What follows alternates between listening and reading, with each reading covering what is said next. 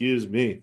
So, all right. So what we got, just for reference sake, always want to make sure that, I can share the opportunities with you guys and things that are coming up. So, as part of a team, we always want to grow the numbers, grow the opportunities to support, build out our communities, and help people grow too. So, those who missed it last year, I did the great collaboration in Dallas. If you are not Facebook friends with me, would love for you to be. I did officially sign the great collaboration May 3rd and 4th at the Westin in Irving, Texas. So, signed on the dotted line yesterday. And, so we're going to just have that opportunity to do this again. So the great collaboration basically last year was one day and it was jam-packed, right? So a lot happened in that one day. Well, now we're expanding it to about a day and a half. The idea being that we can offer different types of segments and different types of um, trainings that people can go to enhance their practice. So, for example's sake, my dad, he is a divisional VP, if you will, best way to put it, for a reverse mortgage company. Now, a lot of people will look at reverse mortgages and say, well, reverse mortgages are looked at poorly. It's banks stealing people's houses. But if structured appropriately, it can be another asset class for someone to use in their retirement. I'll be quite frank, I don't want my parents' house, when they pass away. I don't think my sister or my brother do either. So if they can use that asset to help them with income for annuities or life insurance, things like that.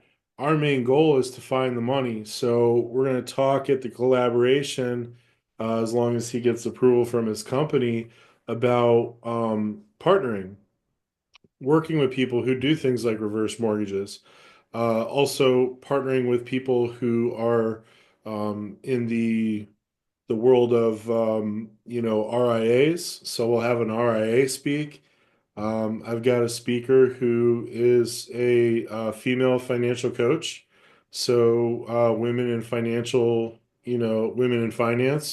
and how to enhance that practice and really grow from that. She's out of Oregon, but she's got people all across the country that she partners with, which she calls like financial girlfriend workshops. So, we'll have different speakers and it'll be like three different rooms. So it'll be, kind of enjoy and go to certain spots where you can grow. There's probably going to be a few venues or a few that you'll have to pay for. So I know myself and my business partner Roderick, which you can see, where is he? Right there. So Roderick does stuff with sports like NIL agreements, works with athletes, so he's probably going to make his presentation a pay to attend. So we're going to talk about stuff like that as well. But there's different things that'll happen here. It'll probably be like 25 or $50 to attend, and the reason is we're going to give food. So there will be lunch on the 3rd, and there will be breakfast on the 4th, to allow people the opportunity to, not have to go all over the place. We'll have food for people. And the Westin, is a nice hotel. So really looking forward to that opportunity to support that. Um, so that being said, just look for future communication. And if we are Facebook friends, would always love if you could just share some of the stuff from like Valor, like the Valor Financial website. So we got this bad boy, gives some of the updates here. So if you're on Facebook and you want to see some updates from Valor, We have our own site, which gives us information as well. Probably could have used a better picture of me on this, but hey, it is what it is. But really looking forward to that opportunity. We're also going to be doing micro collaboration events all across the country. So a couple in California, one in Dallas area. We'll do one in Louisville, Kentucky, Richmond, Virginia. So I'll be all over God's green earth this beginning half of the year to really just support some of the business partners who are doing these lunch and learns and things like that. If you too are looking for the opportunity to grow your team, we can talk about lunch and learns, targeting and focusing on business professionals and other people who can, who are savvy in the industry and talk about ways to bring them into the organization to help grow.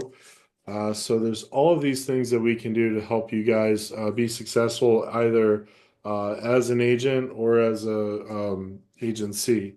So either way is fine. Enough commercials for now. What I would love to ask real quick is does anyone have any questions that I can answer right off the bat or things that you want to see? Phil, Yes. last week you showed Teresa, I think it was by zip code, a 401k location in Arkansas. What website did you go to? Great question. So, what we have, and I'll put this in the chat. Okay. So I partner with a gentleman. His name is Matt Ruttenberg. Hmm. He's a TPA. Okay, so he's part of this company called Life Inc. Okay. They actually don't even they're not in like the Valor hierarchy for life insurance. But what they do is they actually focus on being a third party administrator for you. So, for Okay. example's sake, here I will put in the chat this link. So, this is a resource link for you guys. And, there's different tools and calculators here, like a tax credit calculator, retirement plan evaluator. I haven't dabbled in these yet, but, they're available for you. If you're talking to certain practices like Laverne, Mm. you got your strawberry farmer there, but you know, generally speaking, when you talk about different types of industries, high income business. So what we do is these are all the same. It's just like the front page is different. So they talk about contributions that you can put into a 401k, profit sharing plans on top of that. So that it's an upside down wedding cake, as Matt likes to call it, or a stack, a plan stack. So how can a business owner stuff as much money away to get more tax breaks? And the cool thing about this is if you get the client for this business owner, Matt can help participate in the actual call to get them set up. Um, so if I scroll down though, all the way down to the lead generation section, and I click on start here, it'll bring you into John Hancock. So if you've not done this before, all you have to do is hit register for access and you'll get your own login. So if I hit login and I'll pretend I'm a financial professional, I've got my information already here and I'm gonna hit login. It'll probably ask for an authentication. So let's see if that is the case or if it'll push me right through. All right, it did. Okay. So here on this site, you'll have a bunch of different stuff, but what I call the gold mine is the spot where we call prospecting. Okay, so prospecting has the opportunity for you to look up via zip code. So Laverne, what's a good zip code near you? 29680. Okay, so we hit search. And what it'll do is it'll pull up all the 401ks in your area. Wow. Okay. So, executive cabinetry Mm-hmm. is a pretty big one, so, and they have a pretty bad score. So as you can see here, it's red, yellow, and green. We've got one green, but the rest of them seem like they need some help. Okay. Okay.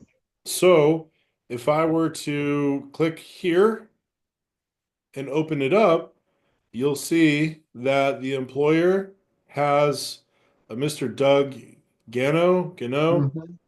That's his phone number. That's his address. You have the website, but this is basically the third party administrator or the person who administrates the 401k. Okay. Um, so the question then comes into what do you say, right? So Right.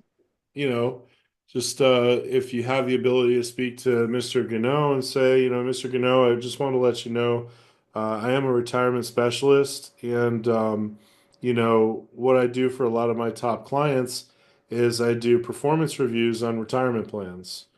And I was curious, does your company have a 401k? You already know the answer. Uh, Correct.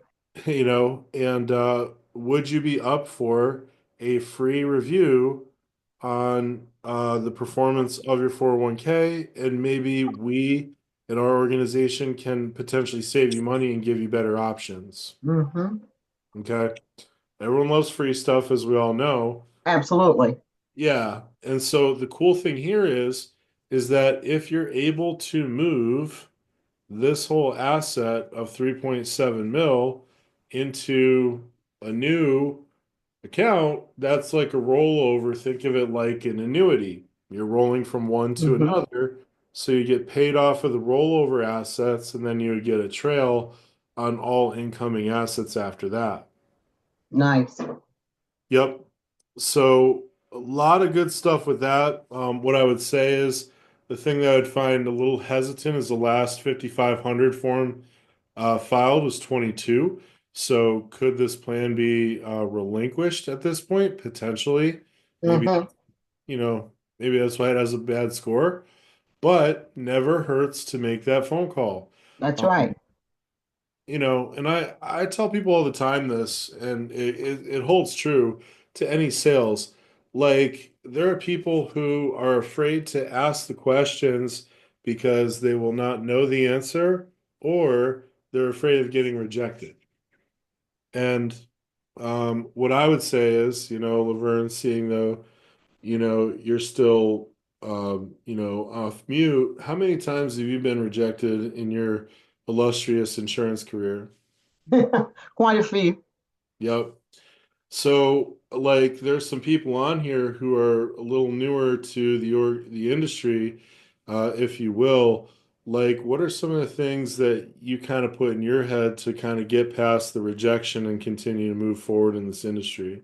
And I'm just going to pick on you because I need Okay. a swig of Well, water. I just feel like when someone says no or I'm not interested and I first meet them, that doesn't mean that that's a closed door.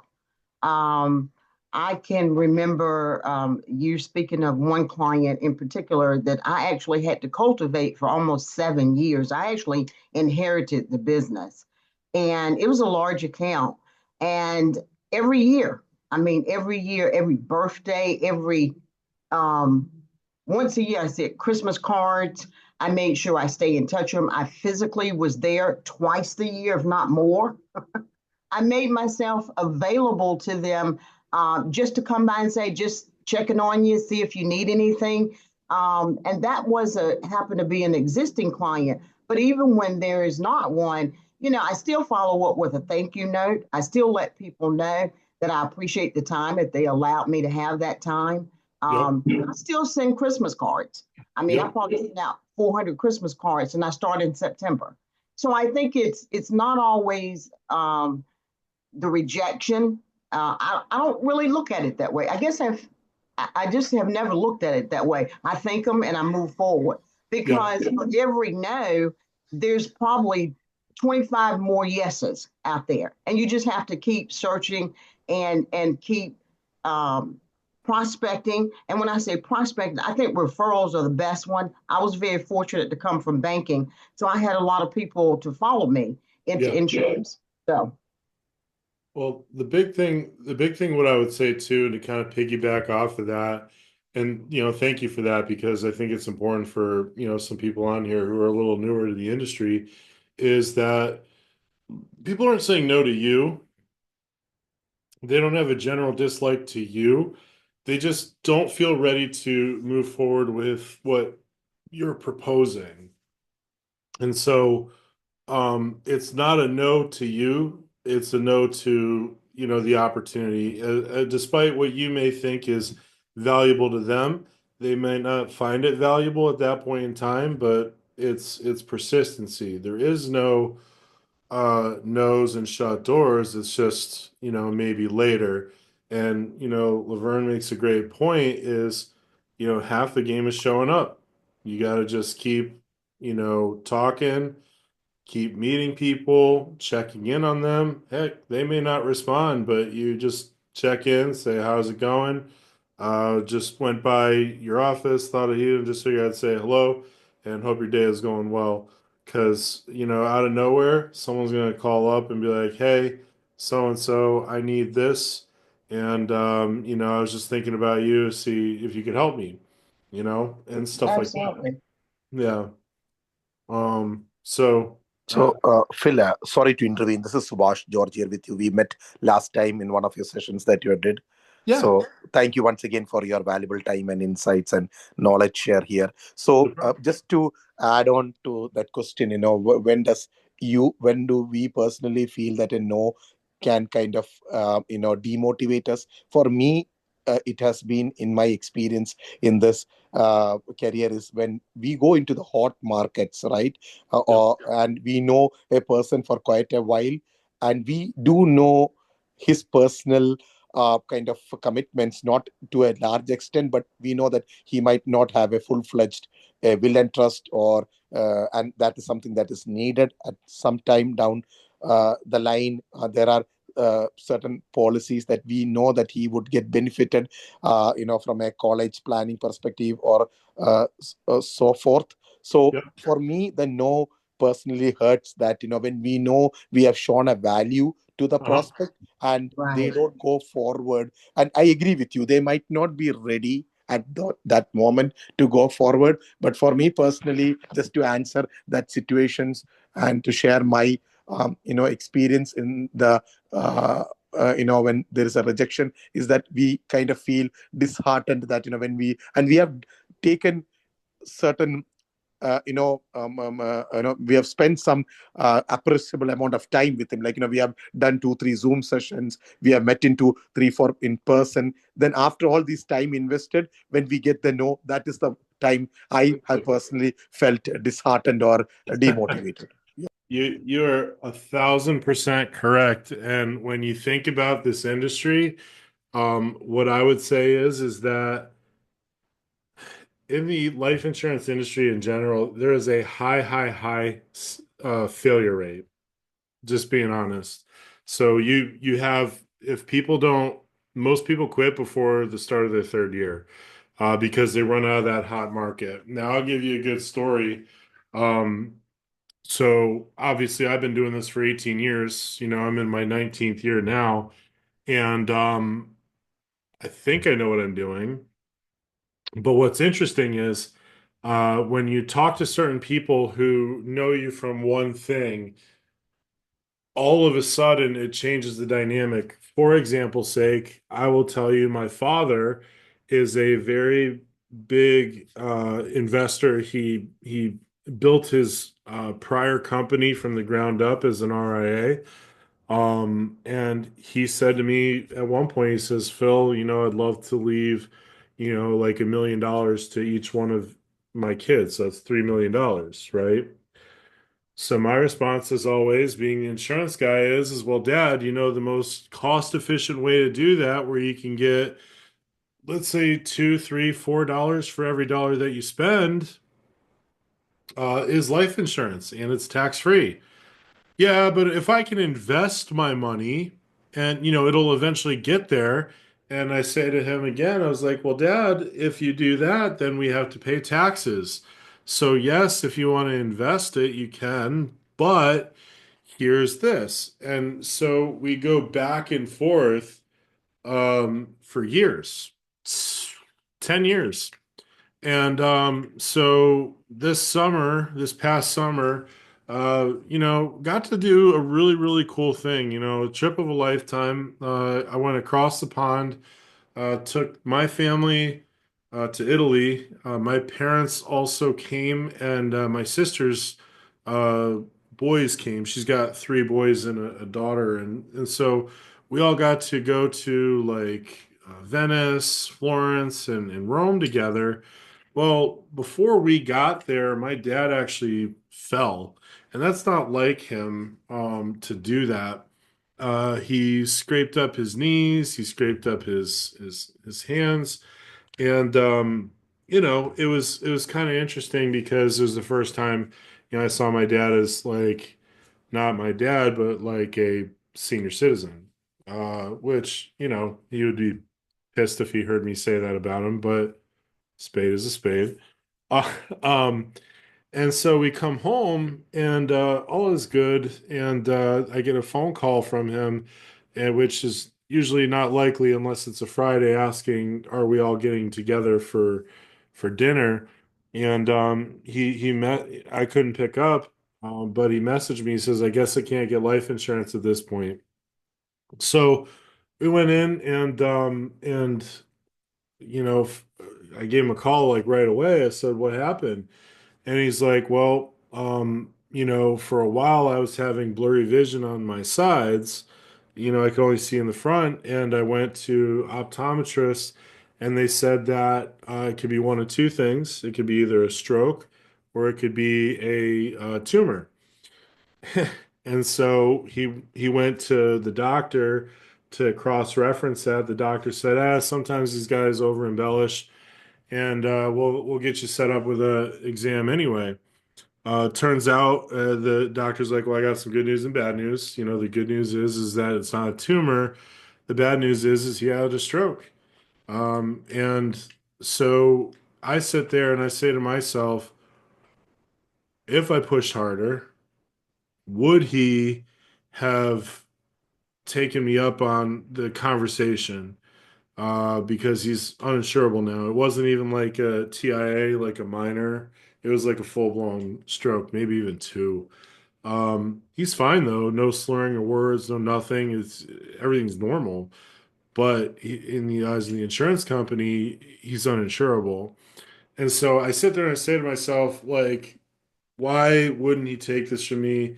Yes, it hurts, but you're gonna run into scenarios and situations where people just aren't gonna buy from you because if you have a very, very hot market like your family, they're probably not going to buy from you. My best friend, I know he's doing good, and I don't even like I've told him it's important for him to get insurance, but I'm not the one to push on him because I think the old saying is it's easier for your business or your business to become friends versus friends become business because it's hard because some people have seen you in different lights in different areas.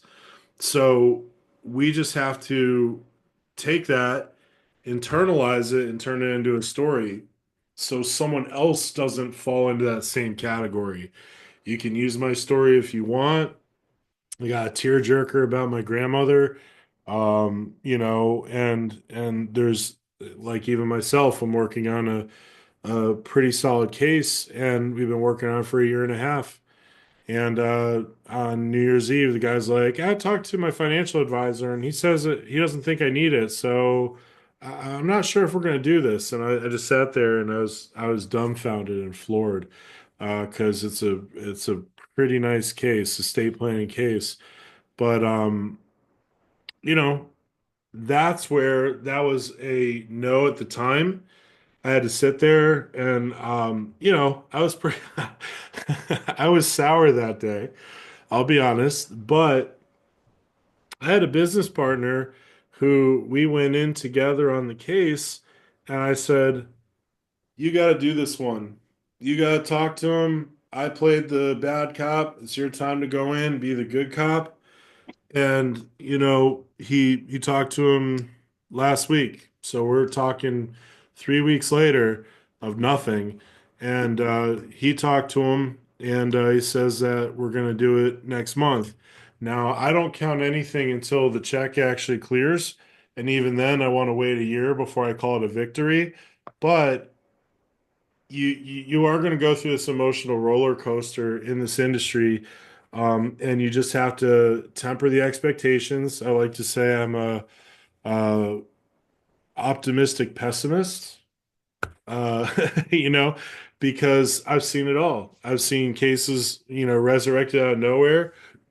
The $100 million case that we did now 2 years ago, that was not going to go through until the guy got T-boned in his Bentley and realized that he needs insurance. So it's just amazing what happens in some people's lives to make them realize what they need.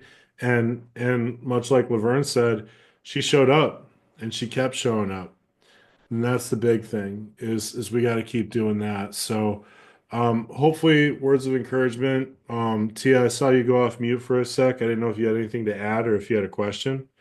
No, I was just kind of fidgeting, but I do agree wholeheartedly with the idea of your friends and family or your friends and family that can become business, um, but not so much vice versa. They're not business that, Yeah, yeah, yeah. yeah. Hard I think hard I to had to learn convince. that the hard way. Yeah. I was to say it's hard to convince someone you used to go out drinking with, that now you're a professional and they need to buy insurance from you. So there's little things and things like that can often impact and hurt. Yeah, I'm not gonna lie, I still take things personally. Someone says, "Well, Phil, I want to go work somewhere with a different organization." I'm like, "Well, yeah, I mean, my value prop is you have the freedom to leave at any point in time." But yeah, it still sucks because you think you're doing the right thing for people and then things change. But the most important thing is to get back up, continue to dial, continue to talk to people because to be quite frank, our businesses we get paid to BS with people and solve problems they didn't know they had, and that's the rewarding part about it. And then I've got this year alone 4 referrals. So I didn't even sell this guy an IUL. I inherited it, and I've taken care of his IUL because his prior agent. I won't say anything, but let's just say wasn't a good mix, you know? And referred 2 people over to me, and then I had someone else refer people over to me as well just recently. And it's a rewarding feeling to understand that people, find the value. So as long as you hold yourself to that moral compass and keep talking to people, then stuff will happen. So, hopefully that's encouraging. I know, something like a will and a trust package being only like $600 and people are like hesitant. Some people have a fear of signing it thinking they're going to die tomorrow. So it's just really weird what type of people you're going to come across from that standpoint. So hopefully that helps. Yes, thank you, Phil. Thank you. No problem. So Roshni, you had a question about employer benefits. Is that what you want to go off mute and ask your question? Yes, Will. So I was just confused that when you talk about the retirement plans for the Yeah. employees, so the employer would be curious, what is his it in that? Yeah. So with any one of these 401(k) plans, there's a cost to it. You're going to pay the third party administrator to put all the stuff together to send off to the government. So kind of what I was talking about with this 5500 form. So the 5500 form is the form that they're going to send off to Uncle Sam to basically say that they've done their due diligence for the year in regards to helping in regards to putting these plans together. So there's going to be costs for a third party administrator. There's going to be sub account fees. So like there's fees for if you want Vanguard, if you want Fidelity, if you want American funds.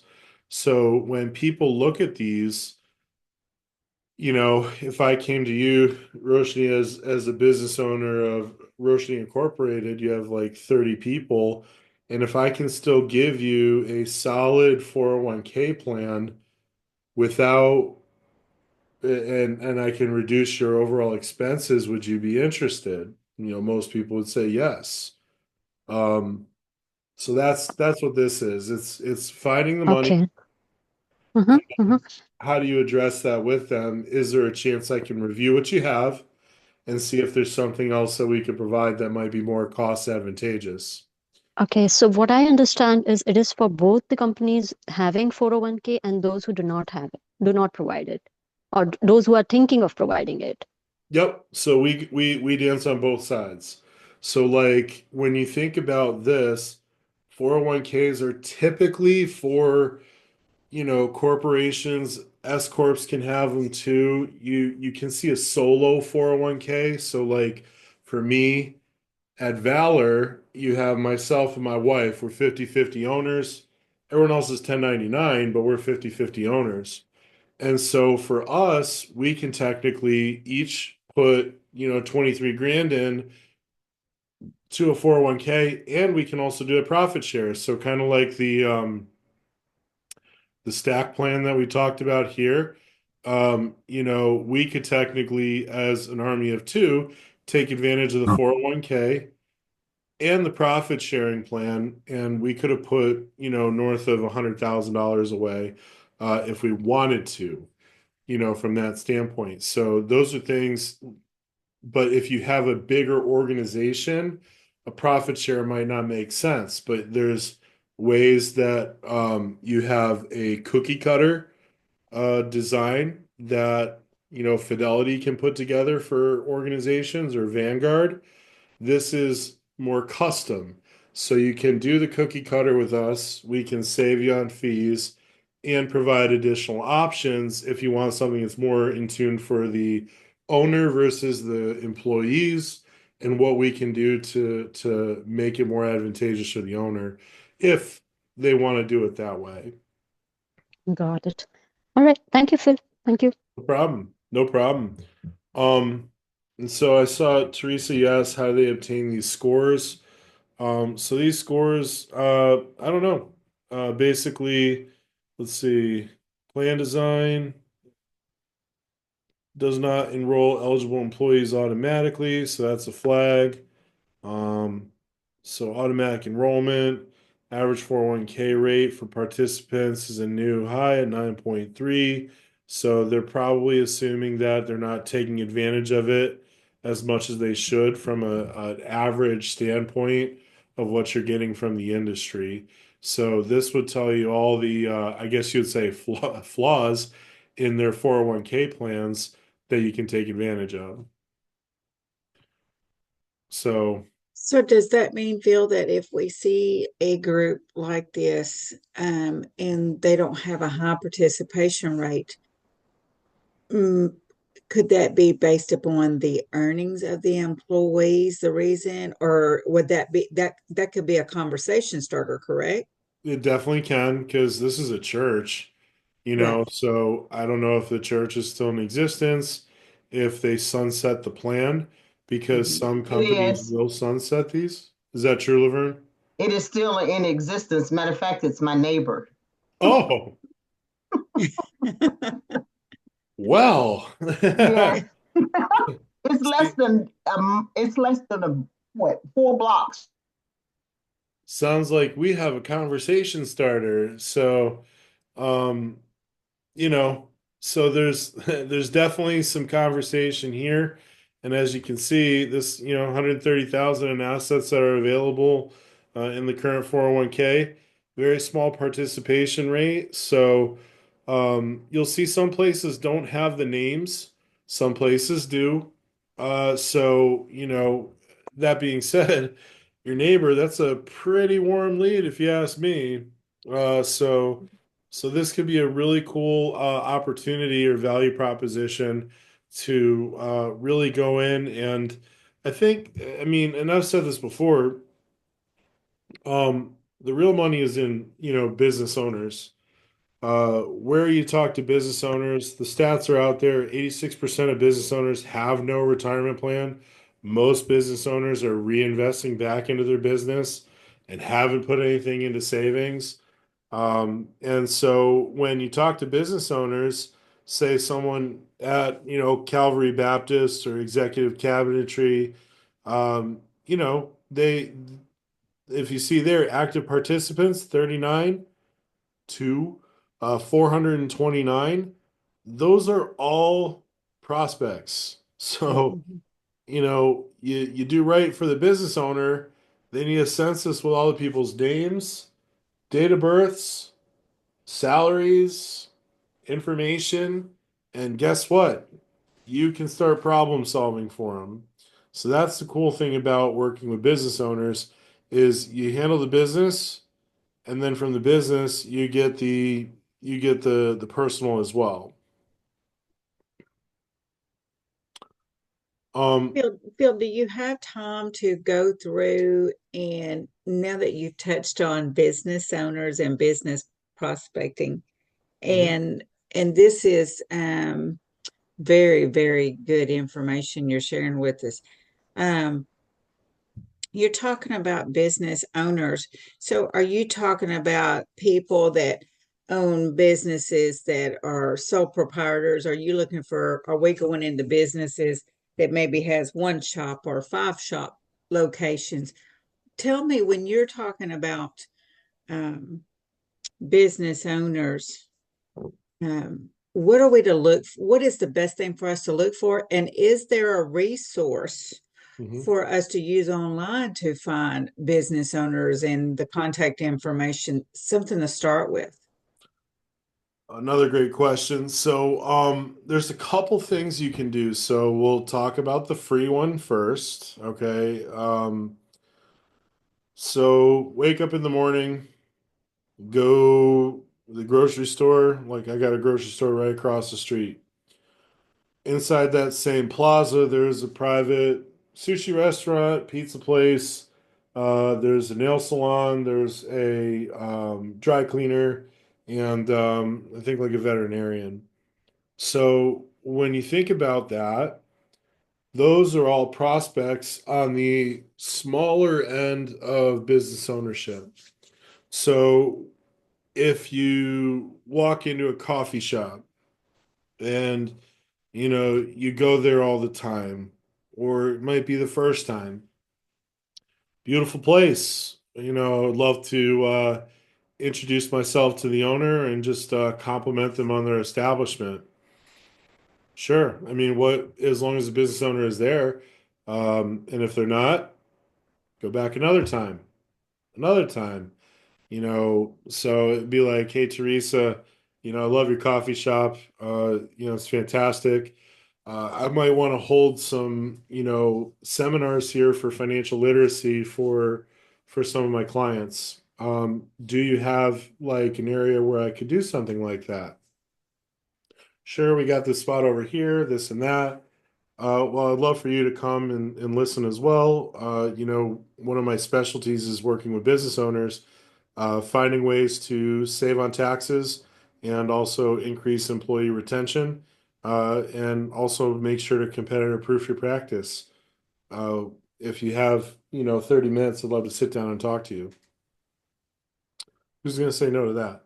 I mean, not invasive, um, and very simple. And so from that angle, it's you talk about the business owners that you're looking for.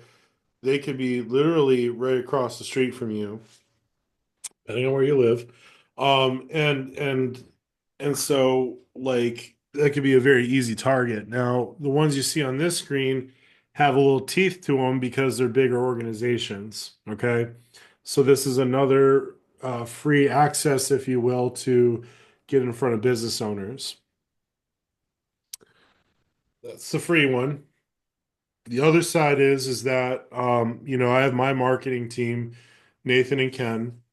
They do a hell of a job, and what they do for those in the Valor organization can build you a website, and give you a back end CRM system. And then on top of that, what they can also do is create what's called geo-targeted marketing. So if Teresa wants to solicit doctors and only doctors through a specific radius, we can target all the doctors in the area, scrape the data, and start doing messages to them. And that's a different angle. It is more costly, but can warm it up for you, so that maybe if you're walking by and you say, "Hey, I sent a few emails and looking to talk to you about X, Y, and Z," could open the door quicker. So it's all about showing up, and it's all about showing up even when you're not showing up. That's why, like, I have a plan for Facebook posts that I do. There's Facebook posts that my marketers do and stuff like that to stay in front of other agents who are looking for a home. And so that's the kind of stuff, you got to spend money to make money. Right. But, if you're looking for the freebies, door knocking never hurts. This doesn't hurt because all the information is there, but we have ways to do geo-targeted marketing as well. Question, Phil. Yeah. Just a newbie question. How exactly do we market ourselves? Because I just feel like marketing myself as just an insurance agent is a death sentence. So, I love it. I love it. Yeah. Want to kill a conversation quick? Tell me you sell insurance. right. I don't even want to talk to an insurance agent. No. So. Well, all right. So that's a great question, and what I would say is that kind of boils down to your value proposition, what you bring to the table. Funny Mhm. story, funny story though.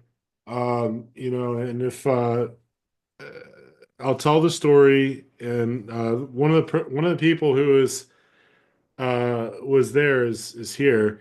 Literally went to do like a little a get together, a few drinks and conversation, and someone asked the same question: How do you prospect? How do you find people? And I was like, just be a evangelical preacher of of what you do, and then you'll get opportunity. And I. I wasn't trying to make a point, but we were just sitting in this bar. Like the waitress is like 21. And I was joking with them. I was like, I'll just ask her if she wants to get insurance. And everyone's like, yeah, she's gonna say no. Like, what 21-year-old needs it? So we get the bill, I pay the bill, and I was like, hey, do you need insurance? Just because I want to use it as a write-off. And she's like, well, I have car insurance already. I was like, well, I don't do car insurance. I do life insurance. It's like, I actually do. Oh, wow. And I was like, okay. So I gave her my number. And Smita, I know you're on. It was if you care to share your reaction to that, what was the thought going in your head when she actually said yes?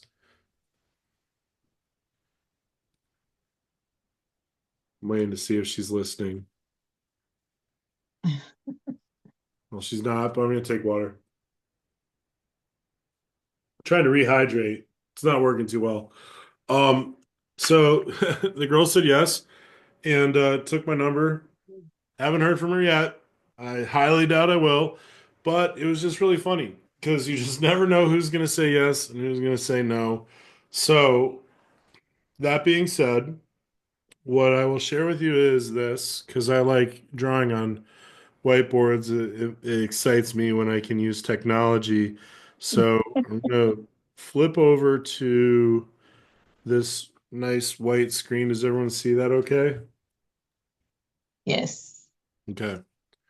So you have what you call your elevator speech, right? You got to figure out what you're going to say to people. So you have to start with an opener, okay, a hook. I'll just say opener. And please bar my handwriting. I'm literally writing like this. Okay, so what can hook people in if they say, "Well, what do you do?" So I'll say something along the lines of, I change people's lives. What do you mean by that? Hmm. So the idea is to get them to purge and ask more questions. Because if they just say, "Oh, that's cool," it's one of those pointless questions, almost like saying, "How are you doing today?" No one is really listening to the response. It's just a canned question, right? So you have your opener to kind of hook them in, and that's your hook, however you want to say it. Then you should have really 3 points to make in a short period of time. So if someone says, "What do you do?" Say, "Well, I'm a financial professional." Don't say financial advisor because Right. FINRA, all that stuff, but I'm a financial professional and my goal and objective is to change people's lives, right? My goal is to make sure that you are protected through your working years, Hmm. okay? So you can enjoy the retirement you deserve rather than the one Uncle Sam is going to give you. And then ultimately, when you make enough money to heat your grandkids' pools, we're going to find a way to pass that on legally and ethically without Uncle Sam taking as much as possible. So you got protection, that could be term, retirement, that could be in our world, with Valor, with my three silos, you have LIRPs, life insurance retirement plans. You've Hmm. got the ability to do IRAs, 401ks, depending on who it is. You can do just a regular annuity, or if they want a short term, I'll say short term, investment, we have short term contractually fixed investments backed by land. So now you have the tax now, tax later, and tax never vehicles that are available for them, or the three buckets that everyone always talks about. But it's all about diversification. And then legacy, you talk about long-term care riders, to make sure your legacy stays sound. I told my parents I don't want to wipe their whats when they go into a nursing home, so they better be prepared. Um, so long-term care and then estate planning. But nowhere in here did I say I sell life insurance yet, Right. right? Right. So if strategically positioned appropriately, anytime you do a presentation, you always have an opener, whether it's a story or facts, right? Then you have your hook to bring them in. Then you supplement with 1, 2, 3 points with some key things in each individual spot. And then really at the end of it is now you have the, what's in it for me and being the client is, if there's a way, and then, the idea is what's their problem, right? Hmm. Could and then the action step. Can we either come up with a plan together? Can we sit down next Tuesday and things like that? So you always want to make sure you lead with an opportunity where they're not going to walk away and you don't have anything. Got it. Yeah, the case of the Good. bartender, that was just me shooting the breeze. So I wasn't really expecting a sale. So when she said yes, I was like, crap. So it was one of those things where I was just like, I'll let that one go. So, But this, when you look at this, this is a strategic, not illustration, but a strategic way to develop a presentation. You can use this same format. You can use the same format when you talk to, when you do presentations. No one is going to go past three topics. Otherwise, they're going to lose, they're going to lose the retention.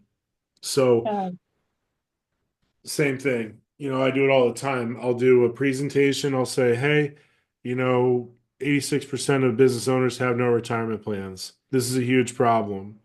If there was a way where I could show you how to save for retirement, retain your employees, and this and that, and then you talk about different types of retirement plans, you can build out decks all day. And like, if I showed you guys my library of PowerPoints, it's ridiculous. But the other secret is use GPT. mm. So Chat GPT can help you build out, a presentation. So and I'm just doing this off the cuff, off the fly. So if this screws up, let's give me some grace. But so let's say here, give me a 5-minute presentation on how to pitch business owners on using my services with retirement plans like 401ks and life insurance retirement plans. So completely random.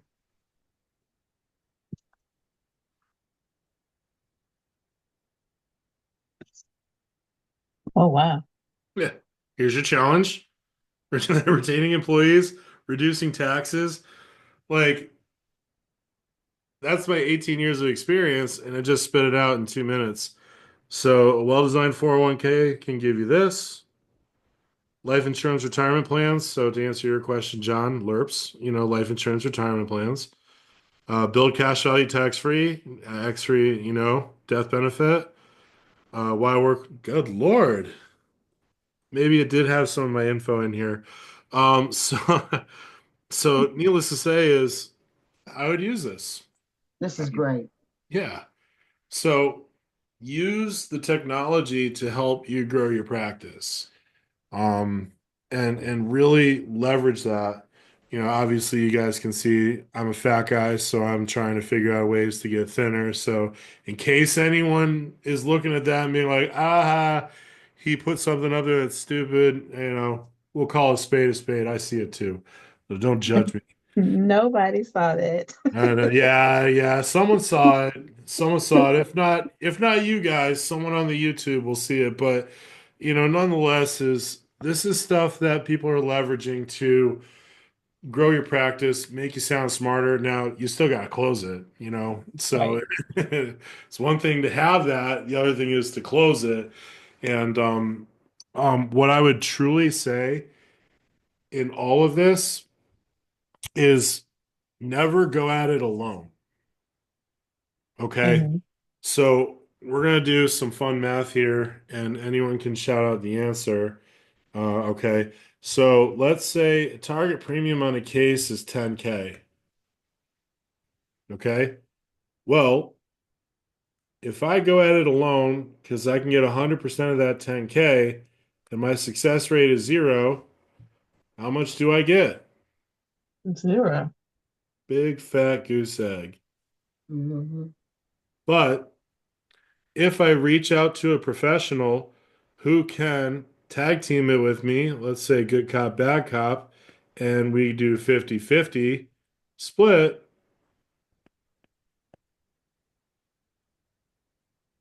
more than I had.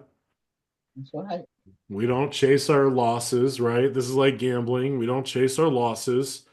We enjoy what we get and just be thankful that you can learn from other people. Now, my business partner, Roderick, he does everything 50-50 with his business partner, Nick Abrams. Everything. Nick won't even be on a case and they'll still do 50-50. Like, that's how important they are to each other. We're independent. but we're in it together.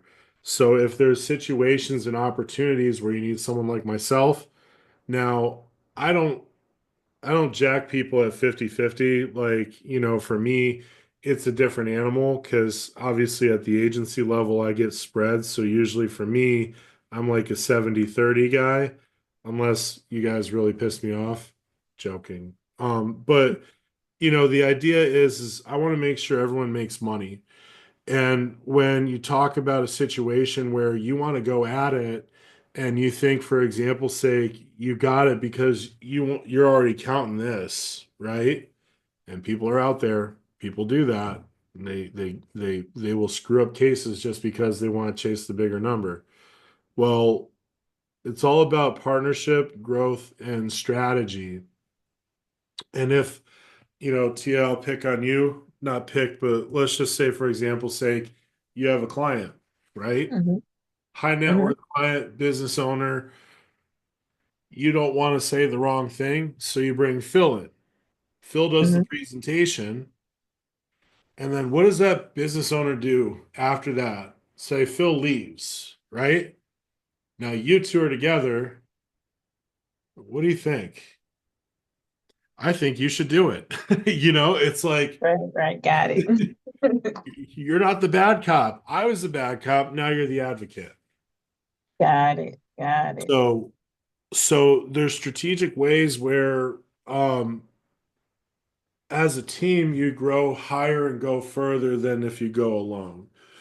And a lot of times people miss that in this industry because they're chasing the higher dollars. But there's a lot of information, intel, and opportunity from plenty of people across the industry. As long as everyone's treated fair, you're always going to have someone who will help you out. And I say that because there's a lot of people, and several of you on this call have been in a multi-level marketing group where, it's like, oh, don't focus on learning anything, just focus on bringing people in and I'll do all the work and you'll get something, but you never learn, you never grow. Here, the idea is that you're going to learn and you're going to grow. Could you get to that 100% at some point? Absolutely. Would I love that? Absolutely. Because then I've done my job. But at the end of the day, we want to make sure that people understand that it's all about growth. It's all about taking care of your community. And when you take care of your community, like we had last week, good friend, Teresa over and her, Ann Southern, been in the business 30 plus years, um, 40 maybe, 30 or 40 years. And she doesn't prospect anymore. People call her. It's to the point where she doesn't do any prospecting. So if you do it right, it's going to come back tenfold. So little different tonight, right? A little different strategy or story here. Not quite product based, not quite illustrations or anything, but is stuff like this helpful too? Like, does this make sense in regards to how it can help? Bill, I'm just going to say this Definitely. is, I think Yes. it is very valuable. It is. Okay. Yeah. Now, now I have a follow-up question on something that Yeah. someone else wasn't brave enough to ask, so I'm going to ask it for this other person. So, Rhymes with Minzy. so you said a little bit earlier that of course we don't want to introduce ourselves as life insurance agents, and Yep. we're not going to introduce ourselves as financial advisors. So what is your recommendation? How do we need to title ourselves? I mean, even something as simple as putting it on a business card, how do we need to identify ourselves as that professional? Well, so I mean, so the company, Valor Financial Specialists. So I'm a financial specialist. I'm not a financial advisor, and I have the benefit of being the president. So that works for me. But, when it boils down to it, words are semantics, right? So if I said, if you said, well, what do you do? Well, I run this company over here. That's awesome. Well, what do you do? I run Valor Financial Specialists, or Mhm. Teresa, you can use your organization, Right. and say, and the Lindsay Green, who will remain nameless, who didn't want to ask the question, you could say, well, I'm a financial professional for your company, right? So that's where you can use that type of phraseology. And that's why I even said in the opener, my main goal is to help solve problems people didn't know they had. Again, that's a question of creating like this. What do you mean by that? And you go through the process, through products and design. My goal is to help you protect yourself while you work in case you don't make it home tonight, Mhm. and then also focus on your retirement because we're all greedy. The one thing we all want to focus on is how we can make as much money as possible. And then at that point, the legacy, one of the biggest things that hinders anybody's retirement is not being prepared for the ultimate concern, which is long-term care. Uh, Things like this is I help people build the foundation they need to get to the retirement they deserve. And Mhm. so, in all of that phrasing, I didn't have to say what I do. I didn't have to say I'm a life insurance agent. Like, I will say, you know, from this would be my constructive criticism for you, Teresa, like listening to your voicemail or seeing some of like the signatures. I would probably drop the AIG Partners Group like phrase. It doesn't have any meaning anymore. Joe Okay. does it too. Like Joe's email has AGLA in it. It's like, I get it, but if you want to distinguish yourself versus the company, which is what you were before, you have to put your company first and not the product. And so that would be constructive criticism that I would have because, as we could use as an example, Global Atlantic stopped selling life insurance last year. Mhm. Anico quit selling term. Carriers are going to change depending on their strategic position. So I would rather stay agnostic of the carrier and say, like, I have a group of carriers. I have a select few that I truly like more than others for X, Y, and Z reason. However, I'm a broker and will find the right carrier for you. That separates that product story and elevates you as the financial professional. So, Well, thank you for pointing that out, and I appreciate any constructive criticism. And the reason that I was always kept that is because I felt like I was tied to that large client base that I have. But I have noticed in the recent months yeah, that I've had more clients say, "So you can shop this out for me." exactly. Now you're So pigeonholed and you don't want to be, right? right, right. And so I do. I need to drop that and just, focus in on my agency name. Now, I Exactly. want to ask you another question. Yeah. But if you had a comment, I don't want to take it away from you. I want to hear it. No, you're fine. You're fine. Um, I'm ready. Going back to the title of the business cards, yes, I'm the agency owner, but I never liked identifying myself as the agency owner. I don't know why. It just I don't want to, I don't want that to be the focus. I want to be the focus of me being there to help them. Sure. Well, I mean, how often? So I had guys who would use my title as a regional vice president from AIG Mhm. as a selling point to get them in the door with some business owners. Like literally, I would be sitting there. I'm like, it just means I'm a wholesaler, but they'd say this guy was a regional vice president with AIG and he went and did his own thing now. And it's like, yeah, it's cool to say. I'll even say it sometimes just because the word vice president sounds pretty Mhm. baller. Mhm. But like the phrasing that I use, so on my card it says president. Other times I'll say I'm a CEO. I say my wife is a CFO because she she looks at everything I spend. Say but that quietly. yeah, yeah, it's 9 o'clock. She's in bed already. But that's why I say like the wording is pointless. Like, but there are some people who like titles. I Right. hate to say it. So there's some people who I've actually done business with who have looked at my watch. Like I have an Apple Watch, right? Mm-hmm. But they like to tell me that they just bought a $60,000 Rolex. And I sit there and say, like, to me, it's no big deal. I could care less, what's on Right. my wrist, as long as it tells the time. Mm-hmm. And, if you have the knowledge and know-how, that's why someday, a girl can dream. I would love to just be able to talk about estate planning in a t-shirt, gym shorts, and flip-flops, which is what I'm wearing, and just really just provide the value still to people. But some people are very hung up on titles. So for you Right. to say that you own your organization, and some people will be like, "Wow, that's a Mm-hmm. big deal. I have the owner of this organization who's looking out for my personal plan." It Mm-hmm. might actually go further. Okay. Okay. So.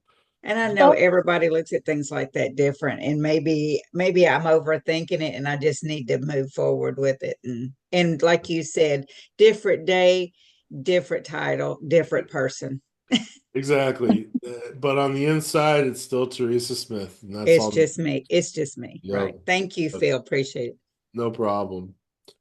so So, I'm having a similar, I guess, mental thing as Teresa, which I understand that different strokes for different folks.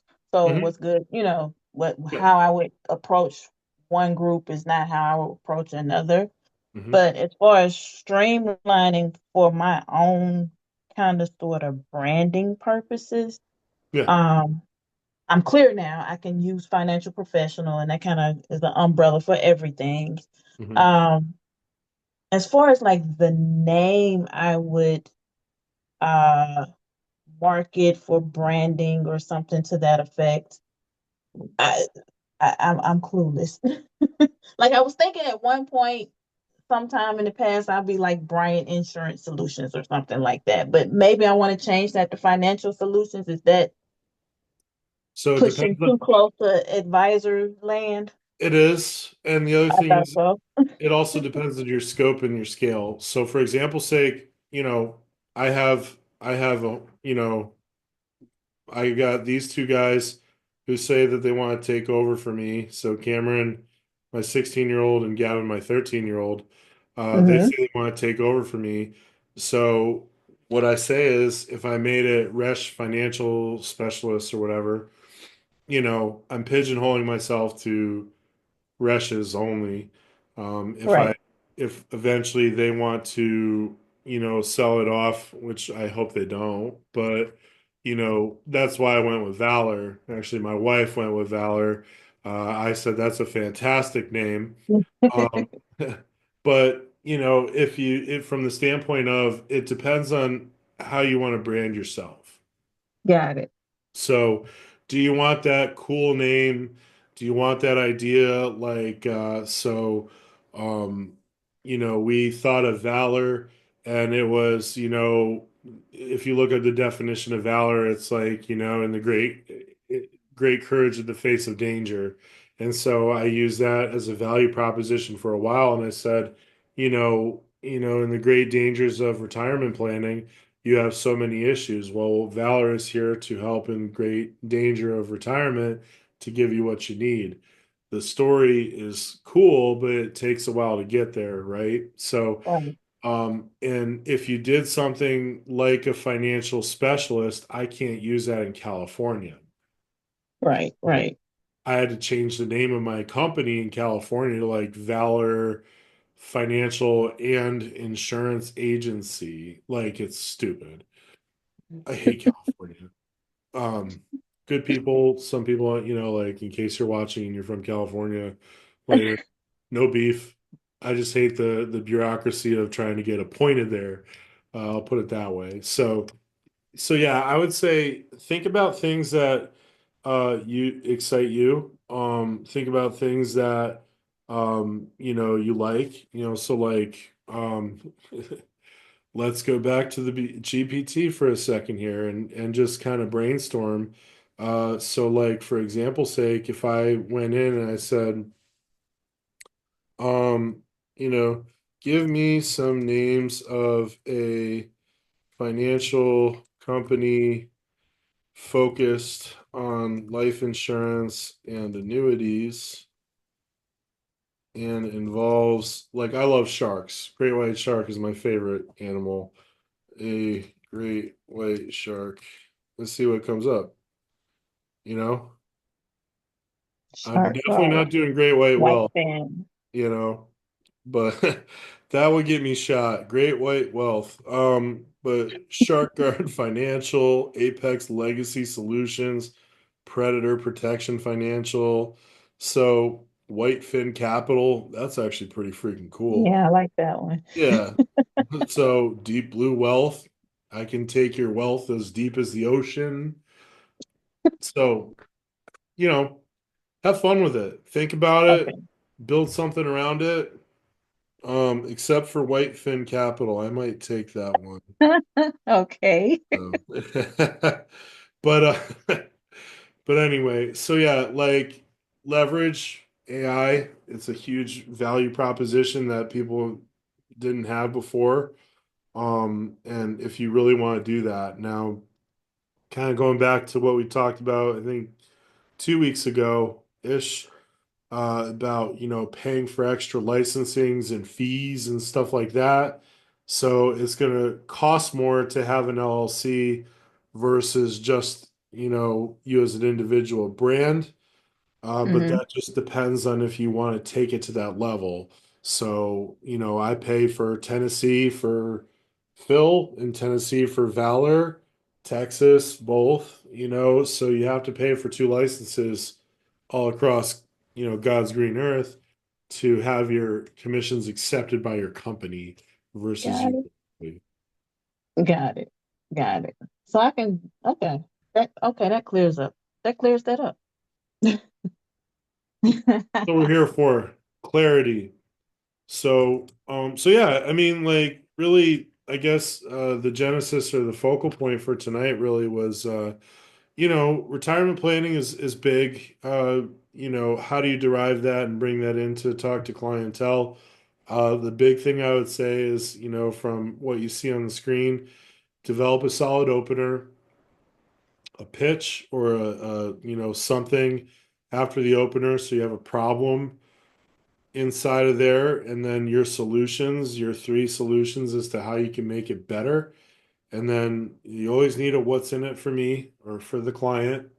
We already know what's in it for us, and then an action step. So if you don't have an action step, you could be a great presenter, but if you have nothing for people to act on, then what's the point? So Right. stuff like that is, I think, the biggest thing that I could say. I know we've been going for about an hour and 15-ish. Does anyone have any other questions? I think Yes. yeah, go ahead.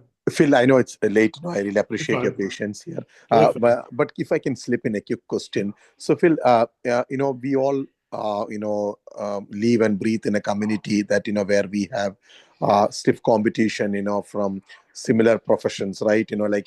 Like if I can put a quick example there, I have a community that I recently grew, where grew the community through a WhatsApp social Yep. media. And I the suddenly saw that somebody else capitalized the opportunity to bring their profession, which is like a financial professional. They do similar services what we do in the group first. So how do I bring about my proposal or my value in the similar arena or a platform in a community, and how can I coexist with the other person without trying to shadow him out away, or what I'm trying to say here, how do we coexist and how do I show my value for the similar work that he does too. Yeah, well, you're two things. One, you're probably not going to coexist because they're Right. trying to do the same the same Right, business. exactly. Yeah. So you gotta show that you're better, but not in a way where you're like, well, Phil sucks. I do the same thing, and I'm going to do it cheaper because let's be honest, I know in the community that you derive in, a lot of times you have people fighting for the lowest possible denominator for the highest possible opportunity. And in regards to that, just remember and understand your value. Okay. So if people are going to fight you for the cheapest, then I would go back and say, first and foremost, why do we have iPhones? Why do we have Androids? Why don't we just go back to flip phones? It's cheaper, does the same freaking thing. It's the value. So you have to understand your value first, put down your core principles where you're not going to go below that, right? Your morals. And then what I would say is that in those communities, in those scenarios, so for example's sake, a lot of three-letter organizations that I used to wholesale to would lead with product. Oh, this nationwide annuity has a 30% bonus. Anyone want that?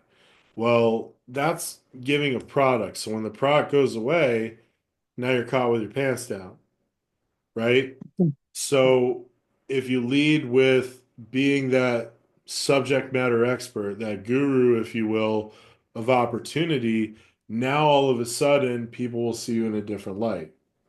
Um, I can't tell you how many times I've had people message me on Facebook from completely different organizations, people I have no idea who they are, and have literally said, Phil, I've watched your posts over the last 3 months, and I really like what you say.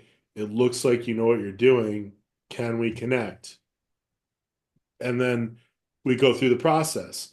So, what you have to do is rise above their level from a subject matter expert because if it's from the same organization I used to wholesale to, it's very limited to what they can truly offer comparatively to how we can offer things like this, these solutions, these ideas, because all they're focused on is selling a product and not the story.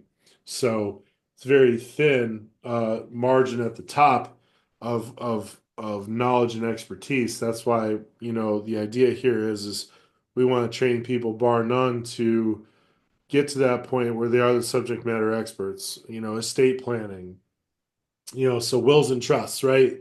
We use NetLaw.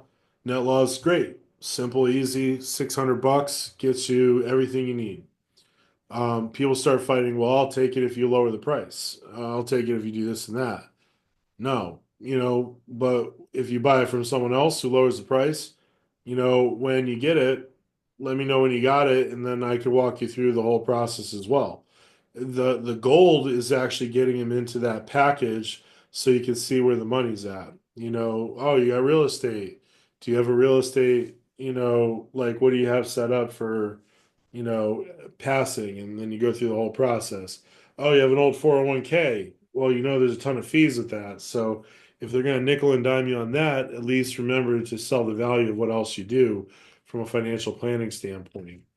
Um, and so that's the big thing is just be the subject matter expert, understand what's going on, and that's staying in touch with everything in the news, like everything that's going on from, Trump getting in. What does that do for estate taxes? What does that do for income taxes?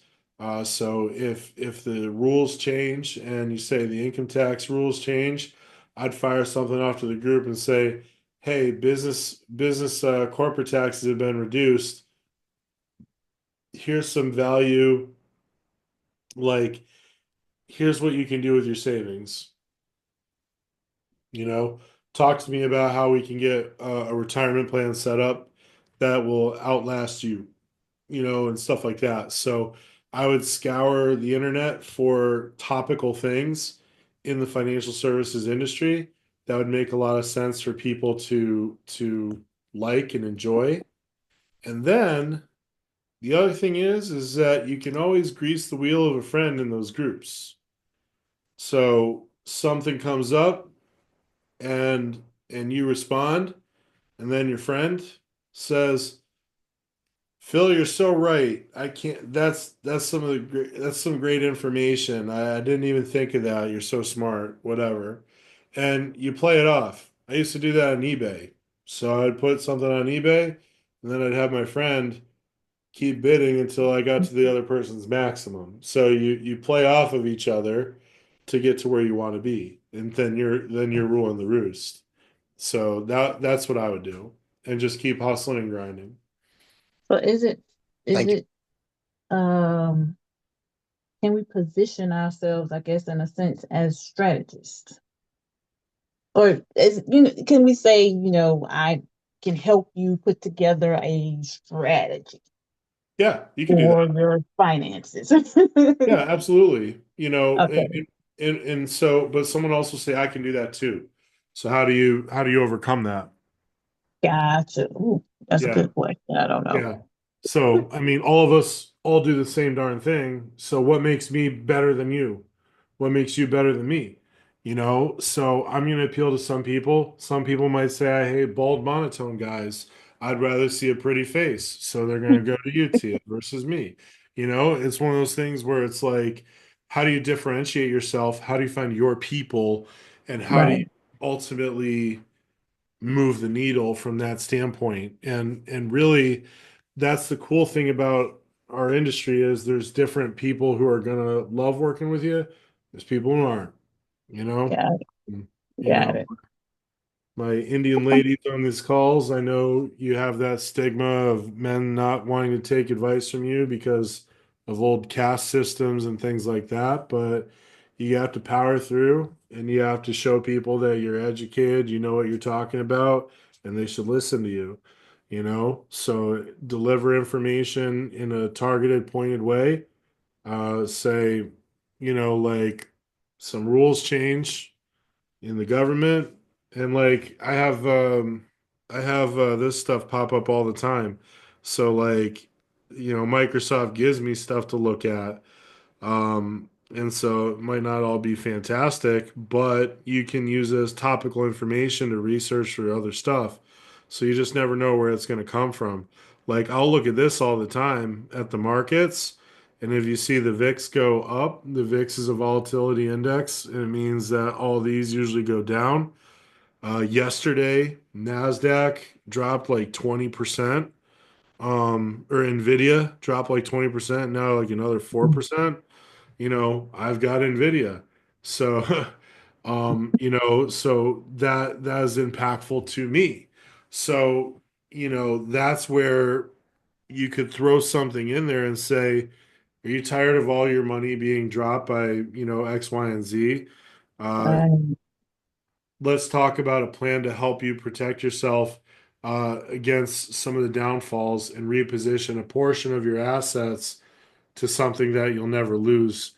And when you think about that, when you use the phrases that we're using here, reposition, not take, a portion, not all of it, because what you'll run into is people in three-letter organizations that'll say, well, all I can sell is this.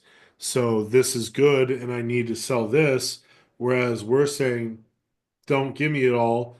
Put some of it into your brokerage account. I literally had a guy yesterday who called me up and said, I need term insurance. I said, or he actually said he needed permanent insurance. And he's like, I want to put about $200 into it every single month. And he's like, but I have other accounts. I've got, Robinhood, I've got a financial advisor. And in my head, I'm going, he's got professional help. He's a market driven person. $200 is going to look really crappy on alert plan. So I flipped it and I said, listen, you don't need alert plan right now. You need protection. You need to make sure that you're protecting yourself and your spouse or soon to be spouse. And ultimately it just boils down to this. And he literally said, thank you for not trying to screw me over. And right. that's the kind of stuff that means the world to me because hell, a $3 million term gives you a bucket of insurance and it gives you more at bats for the rest of the duration of time. So I can convert some or all of it over that period of time. That's potentially multiple permanent sales, just by being honest. So we just got to think in the same context, from that standpoint. So that's how you separate yourself. Good deal. I like it. Yep. I feel good. Good. That's Jay, a great point, Phil. thank you, Roshni. And Mhm. that's what I say to you. You are a smart cookie. I know we haven't made many sales in the years that we've been doing this, but I highly Yeah. encourage you to just stay encouraged, be that Yep. subject matter expert. And Hmm. heck, and one guy Yep. told me this a long time ago. He says, I may be the the head of the household, but my wife is the neck, and the head doesn't move unless the neck moves it. So, That's a good one. yeah. Good So one. if you're giving insight and intellect to the wife because the man doesn't want to talk to a woman, well, we're going to make sure you're going to get through that. So, and especially nowadays, all those assets are going to shift over to women. We don't live as long. Yep. Please. We don't live as long. So you're taking all our money and then Crossing my fingers. yeah. Whoa, whoa. Easy. Don't cross them yet, okay? So, but that's the thing is you got an uphill battle. I get it. I'm very pro women in the financial services industry. We need more women in the industry, and so yeah, it's anything I can do to from that standpoint. If you're running into old school mentality, keep talking to the women behind the Yep. scenes. Hmm. They're talking, so is what it is. But I know Jay, you've had your hand up for a bit, your virtual hand, so love to hear your I have question. one question to ask, Yeah. and thanks for all the knowledge, Phil. One thing I just wanted to share with everybody. So, before working with Phil, it's just that I know something, I don't know something. Whatever I don't know something, submit an application, and then over a period of time, maybe 3 weeks, 4 weeks down the line, it gets rejected. Then I will learn why it gets rejected. So now here we have all the tools and people are available at our fingertips who can give us confidence before we submit any app or even to choose which company to go ahead. This gives confidence I'm going in the right path. For example, I don't even know that a special needs child would ever get a insurance. All to my knowledge, we never get it. That's what I know. But I got to know, yes, we do have carriers who can do that. Just ask the right questions, get the right stuff. That's all I would say. With all the technical knowledge with that we are learning, this knowledge really helps asking question, and that could be your new sale. I would say that. And coming back to my question, Phil, something on this screenshot, the retirement plans, tax now, tax later, Yeah. especially tax later stuff, anything on the IRA 401 case. I met few employers and someone, most of the IT folks, Google is their best friend. They themselves are their financial advisors. They know how to manage everything. So these people always say, I can buy something directly in Fidelity, right? Or Yep. otherwise, the employer says, I found some company. They say they set up everything free for me. I don't have as I have zero cost as an employer, and my consulting company is like say 5 member or 10 member. I'm not contributing anything, but I'm just having a platform or to provide to my employees. They can contribute whatever they want. So Yep. now, if we have to talk about these things, how we have to present ourselves, that how different are we, how to attract these kind of people where we can provide the solutions, because they always look at, I'm not providing benefit to my employees, but I'm just giving this because so and so provider is giving me free of charge. This So they is don't want any common point tax I'm seeing in a lot of. deductions. They don't want any tax deductions or anything from that standpoint. Yes. Everything that you put in the retirement plans, like from the administration side, is either a tax deduction or a tax credit, like true dollar for dollar reduction. So, there is a benefit, even though they're paying out of pocket, for them to have that at their fingertips for a TPA. Now, the other thing is that yes, there are formats that will give you it for free. There are still fees associated with it. And what's going to happen is we can review it. That's the best I would say to those guys who are, the Google champions, the ones who know it all is, well, if you know it all and you think you have this and it's a great plan, let me do a free review. You already like free, so let me do a free review and see if there's something I can do to modify it, make it better. Maybe there's avenues where if you're looking for more tax breaks for yourself, we can do a stack, like the profit share or the 412(e)(3s. So they're doing the bare minimum, right? We're above the bare minimum. So if you want the bare minimum and you want to just stick with Google, go with God. But if there's areas of improvement where I can do a free review of what you currently have, and if there's something that I can do to improve on it, would you be interested? I don't know anybody who would say no to that. Okay. So that's how I would approach those know-it-alls. Um, the other thing is if they're Googleites, all they do is look at Google and Google sells everything for them. You gotta find articles to support your claims. Can I use life insurance to build wealth? So this can substantiate your conversation. When I would do things for the sport world, Jim Harbaugh's contract. So Jim Harbaugh used life insurance as a means from getting coverage, $5 million a year from the Michigan Wolverines, and 2 million a year for the following 5 years for life insurance. So you have to take what you have, find some articles to substantiate with it. So everyone is going to shop. You're always going to find someone who's going to shop. Now, the way you overcome that is you shop for them so they can get to your result quicker. Right. This is what I'm proposing. Here's a couple links of outside sources as to why this is important.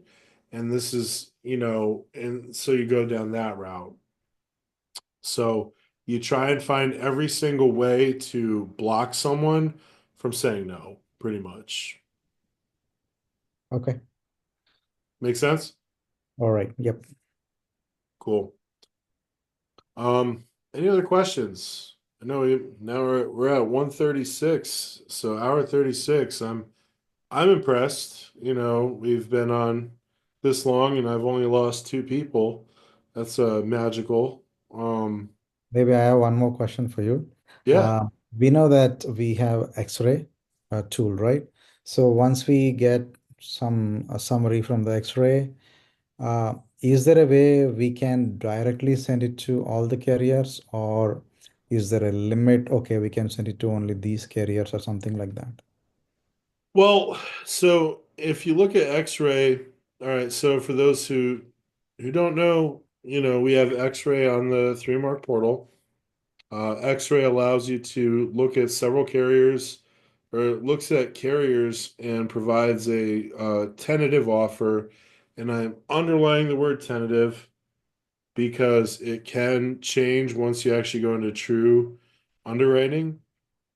But what they'll do is they'll focus on the main carriers after seeing all the elements and issues. So, like if I use this one for example's sake, this person, you know, wasn't that healthy. So we have a table 5, a decline, a 6, an 8, more declines. So it's not going to send it to all 30 carriers because all 30 carriers may not have an informal process. Okay. So So, how do we decide which carrier to send? On the left-hand side, is there an option? Okay, send to all these people, something like that. No, but you can. So if I went to messaging,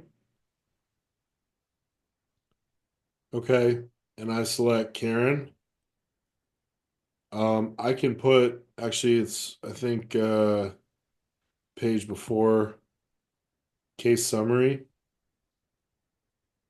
You can put in here, would like to send it to, please make sure it goes to Corbridge, Columbus, whoever. Or Okay. you can just address that with Karen, and Karen will get it out to the carriers that you prefer.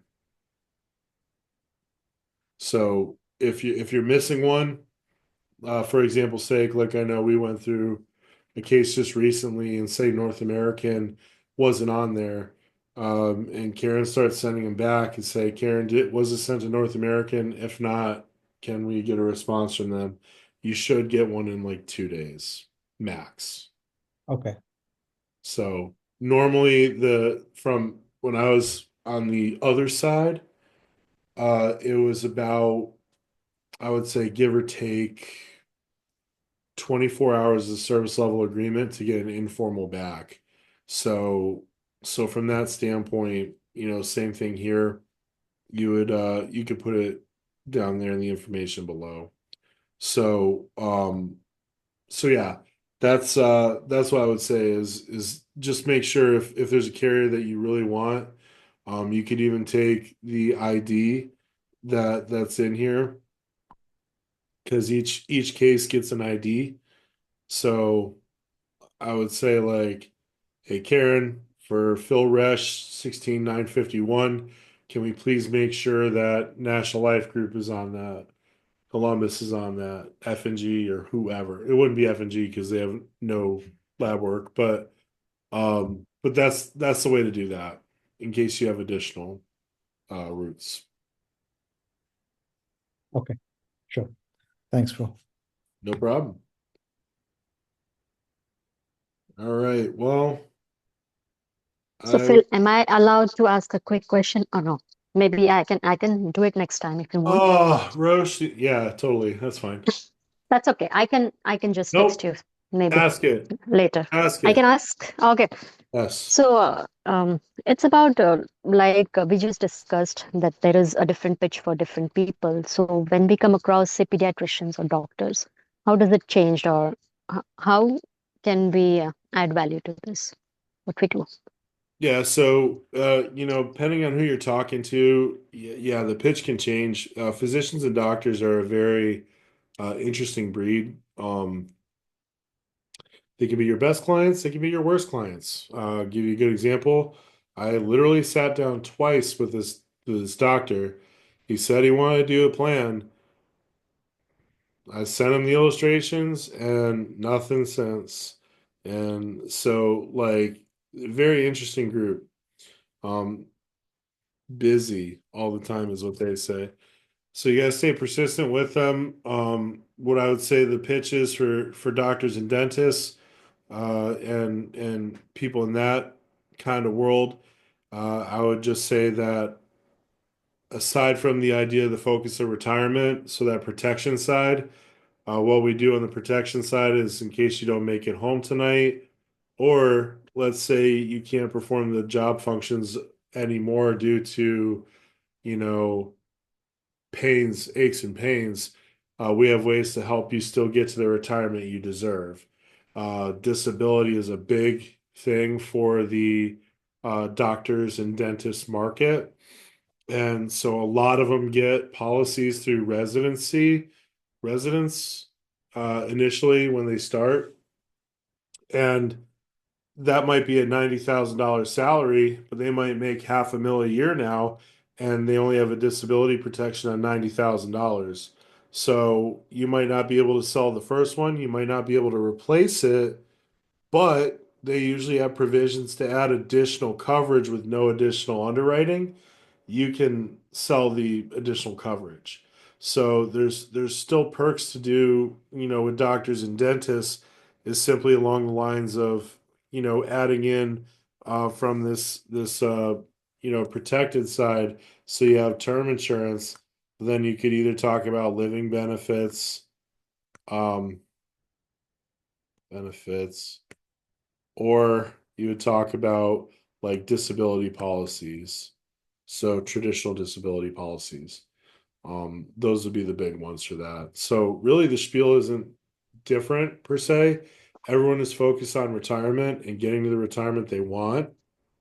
Your job is to ask a ton of questions to make sure you're getting them to the retirement they deserve rather than the one they're going to get. Got it. Thank you so much, Phil. Thank you. No problem. So, any more questions? I've told people before I'll go as long as you guys want me to. I know East Coasters are probably going. So, We're still hanging in here. I know, Laverne. I just wanted that sense of that you're still there. So we will keep up coming up with more questions, Phil. We won't let you go then. Well, trust me, I was gonna say, in my prior role, it was funny because I could have got if I had a nickel for every time someone said one last question, I wouldn't have had to sell insurance because it was always questions. So that's why I No, say truly, like, truly appreciate your time, Phil. no problem. Yes, this is good. This is real good. Good.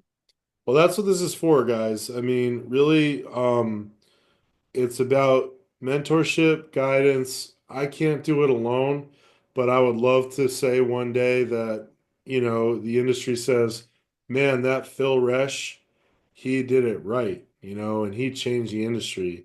Not like, you were Humphrey.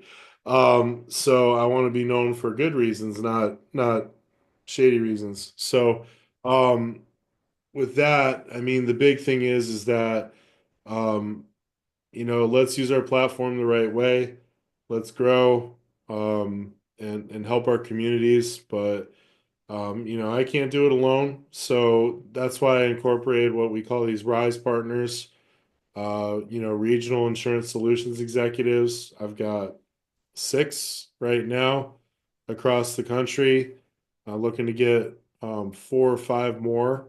So if anybody knows someone with experience in the Illinois area, uh, Georgia, Florida, Southern Texas, like San Antonio, Houston area, and